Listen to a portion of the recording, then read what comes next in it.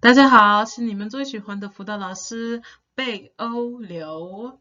今天我们又来看以下两个第12课里面的语法。Alright, today it's pretty light. We just got one thing. It is resultative complements. Alright, so I feel like most people, resultative complements doesn't really mean anything to you, so you just need to jump right into the examples and see if you can catch what they're talking about. So the main idea is that we put together words in such a way that it shows you the result of the action. And you can add objects to this as well. So let's just look right at these ones here. 写对了，写 we all know is to write. And how would you 写？写对了，写对了 it was written correctly. Same thing. 看清楚 to see clear, see clearly. 看清楚。找错钱. So here you see we got this object here. 找 the verb 错 wrong, and in this case it's an adverb. Basically it's a complement that is showing you the result. 找错钱 found wrong the money, found a wrong amount of money, or gave me the wrong amount of change.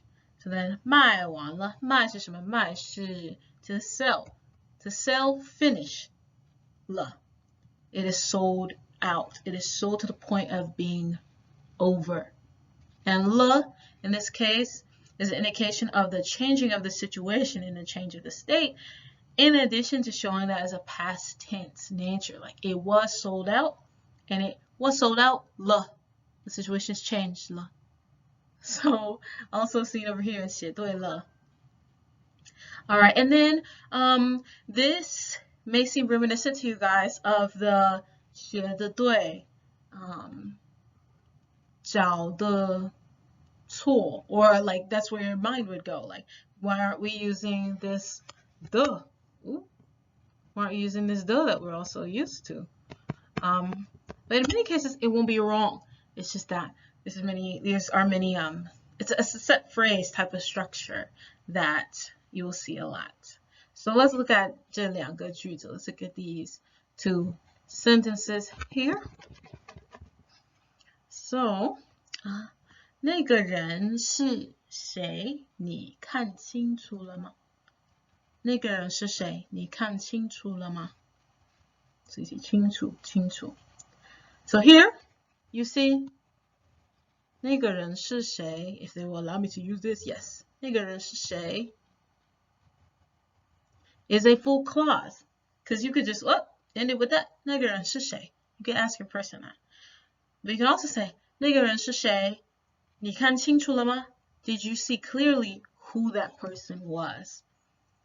So you see, we can make our sentences even more 丰富 even more abundant. So 不好意思我没有看清楚 And so this shows us that when it's a negative we use the 没有 and we don't really use 不 我不看清楚 It's just strange because we're talking about the result that sort of came about as opposed to like anything intentional that really changed. I did not clearly see. It was not the case that it was seen clearly. All right, so let's apply this to some situations in the classroom because this will come in clutch. Now, 第一个，不好意思，我听不清楚，请你再说一次。不好意思，我听不清楚，请你再说一次。So I'm sorry, 我听不清楚。I did not hear it clearly. So 请你 please 再说一次. I'm sure y'all been saying this over and over for the longest. So 请你再说一次. You could just be like, 请你再说一次。可是为什么？是因为你听不懂吗？还是因为你听不清楚 And you can see there's like a difference there. 听不懂 I don't understand what I clearly heard versus 听不清楚 Perhaps you would have understood if you heard it clearly. The same thing in your life beyond the classroom using Chinese. You will be a YOR end regardless. So you can be like, 不好意思，我听不清楚。可是如果你说的慢一点，我就听得清楚，我就会听清楚。那下一个，同学，这个字你没有学对，你可能要多练习一下。You see how to plug in the last one that we use? 因为我们都要多练习，是吧 ？OK， 再一次，同学，这个字你没有学对，你可能要多练习一下。没有学对，我们不说这个字你不写对，我们不这么说。你没有写对 ，You did not correctly write this character， 同学 classmate。So you're trying to help your buddy out。你可能要多练习一下。Maybe you need to put in a little bit more of practice on that one. And you see, this is a very way one, like a very indirect way to say all this. Oh, maybe. Friend, before that ting shit comes up, you might want to put in a little more work on that. OK， 第三个，老师还没有说完，你应该多注意。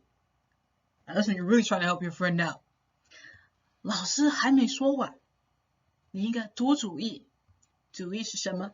注意是 pay attention。So 我给你们写一下拼音，注意，注意。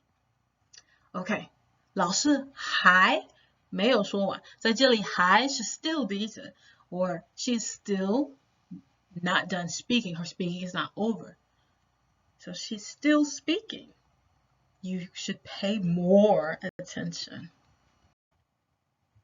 All right, and I just have to take a moment to say, as a white Korean who is studying Chinese, a thing that we commonly hear in our Chinese courses is this thing doesn't exist in English, or it's not the same in English. Of course, it's not the same in English. But what I have found is that it actually does exist in English in some forms, such as the ones right here.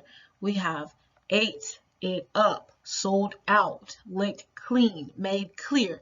And in these cases here, like these words here are not necessarily adverbs like in and of themselves, just like one is not necessarily an adverb all the time. Clean is not always an adverb. But here they are to show the result of the first action, not just sold, but sold out, sold until it's gone. Not just eaten, but eaten up or gone. And this can also show another point. Just like we have some set phrases in English, some phrases that you hear in Chinese, they might not sound like they are so intuitive to you at first. And it might not be understood to you in Chinese. And if you try and just throw together your own resultative complement, sometimes it might not be understood either. But I would just try to imbibe those surroundings and listen to what others are saying to you. And feel free to get creative. Like, give it a shot. Like, kids do it all the time. You just throw out a sentence into the universe and see if it catches, see if you get some question mark looks, and then you can see whether or not to keep it in your repertoire of language. So at the very least, you will get a laugh and a good memory. All right, now once again, it's time to 练习一下。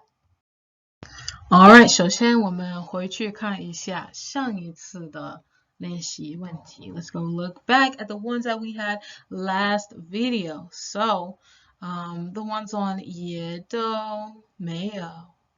Let's look at this. So, 情人节快到了，情人节 Valentine's Day is here. 可是我一个礼物也没有收到。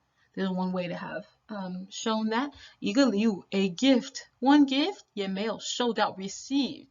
No, received is the ones I use here, which I can 给你写拼音。收到，我觉得你们应该看过，但是收到。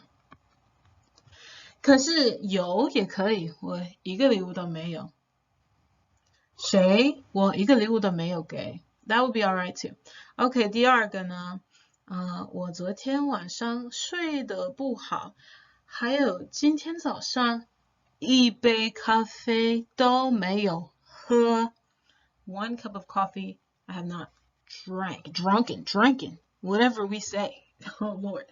所以真的心情不好。Alright, now 下一个多 and 少。我的爸爸给了我70块钱去买鞋子 shoes, right? 鞋子50块，所以我爸爸多给了我25块钱 Give me 25 块 extra. Okay, and then when you're at that coffee shop, and like me, you're trying to get a little less sugar, even though you went and bought a cookie and a coffee cake and whatever else, and they're looking at you like, for real? What do you ask the barista? You can say, 请你少放糖. And it's a little direct, like it's fine, but you can also be like, 哦，你可以少放糖吗？如果咖啡太甜了，我就不喜欢。So, there you go. And then for next week, it's pretty direct. We just got a little bit of 翻译, a little bit of translation. My homework is not finished yet with the emphasis on not finished yet. Try and get that yet in if you can. Teacher, could you give me 1 more day? More going back to what we used before. Just a little hint there. And 2, the Chinese dictionaries are all sold out. What should I do? Let me see what you guys come up with. All right, it was a pleasure as always. 大家下次见。